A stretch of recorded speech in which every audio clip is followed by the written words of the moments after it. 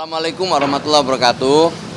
Alhamdulillah saya hari ini bisa melapor ke Presiden tentang berbagai perkembangan yang kami rencanakan kaitannya dengan penyelenggaraan sekolah rakyat yang rencananya akan dimulai pada tahun ajaran 2025-2026. Bersama kami tadi juga ada Mendikdasmen, ada Mendikti, ada Menko Pemberdayaan Masyarakat, Menko PMK, ada Pak Mendagri, ya.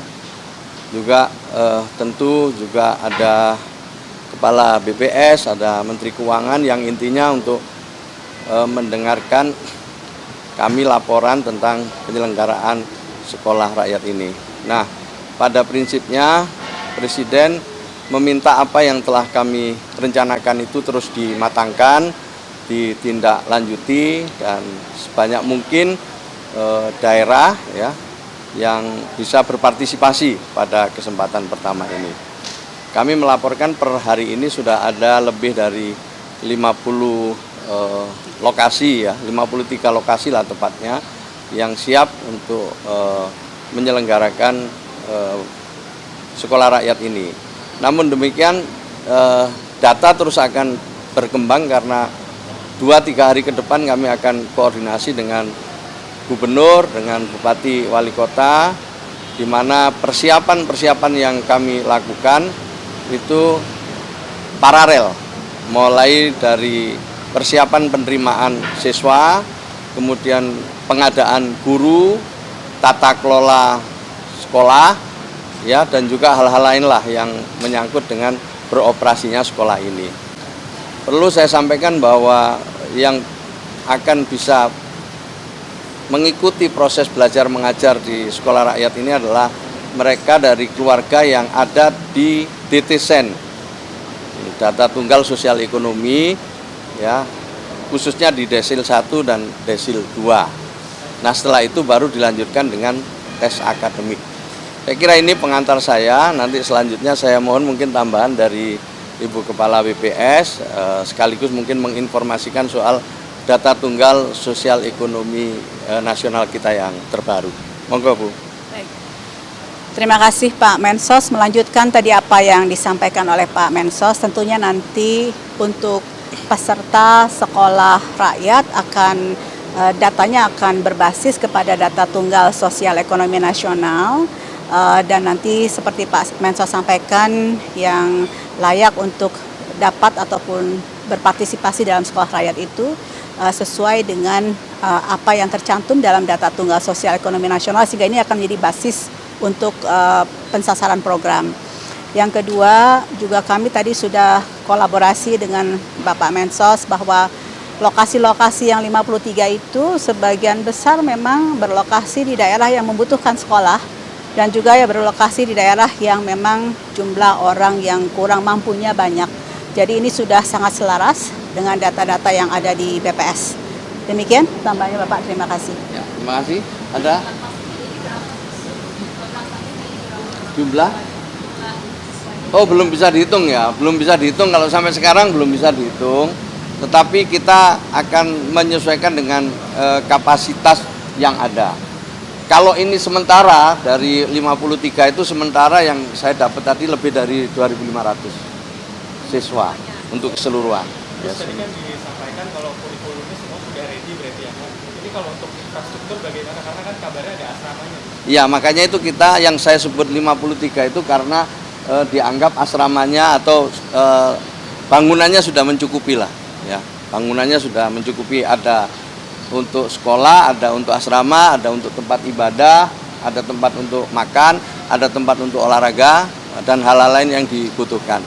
Jadi memang kita ya harus memilih gitu yang memang mencukupi syaratnya untuk jadi sekolah rakyat.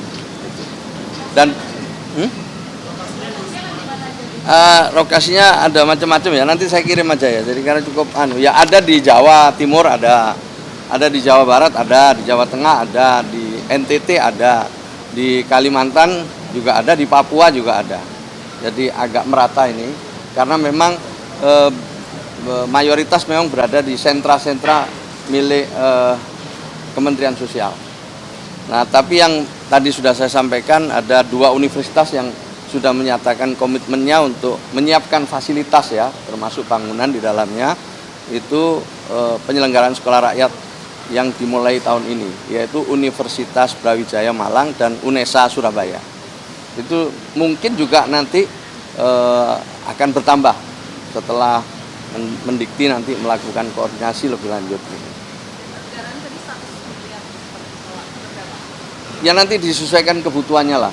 Jadi juga Presiden juga akan menghitung, kita juga akan menghitung, setelah itu kami akan melaporkan kita kira kebutuhan yang untuk mulai bangun dari nol, ada yang mungkin sifatnya renovasi gitu. Nanti kita lihat, makanya belum bisa ditentukan biayanya berapa. Ya, gitu ya.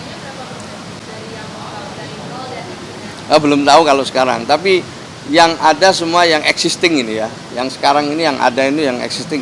Belum ada beberapa kabupaten kota yang sudah menawarkan tanah ya untuk dibangun, itu sudah ada. Nantilah mungkin dalam seminggu 2 minggu lagi nanti akan ada perkembangan, saya akan sampaikan. Tapi sementara itu, dan Presiden meminta kami untuk terus melakukan konsolidasi ya sekuat-kuatnya dan seberapapun yang mampu. Ini bagian dari memuliakan keluarga miskin dan sekaligus mendorong agar kebangkitan wong cilik itu terjadi menuju Indonesia Mats tahun 2045 yang akan datang. Jadi ini kita nanti ada yang sama, ada yang enggak lah ya gitu. Tapi untuk kurikulumnya nanti dikombinasikan. Kurikulumnya nanti dikombinasikan, sedang dibahas secara serius oleh tim. Jadi ada tim yang membahas kurikulum, ada tim khusus untuk rekrutmen gitu, ada tim untuk sarana prasarana, ada tim untuk pengawasan, ada tim untuk pengelolaan. Jadi timnya dari berbagai kementerian ya, termasuk BPS, bekerja terus-menerus ini, yang insya Allah dalam waktu 1 sampai 2 minggu yang akan datang mudah-mudahan sudah lebih jelas gambarnya.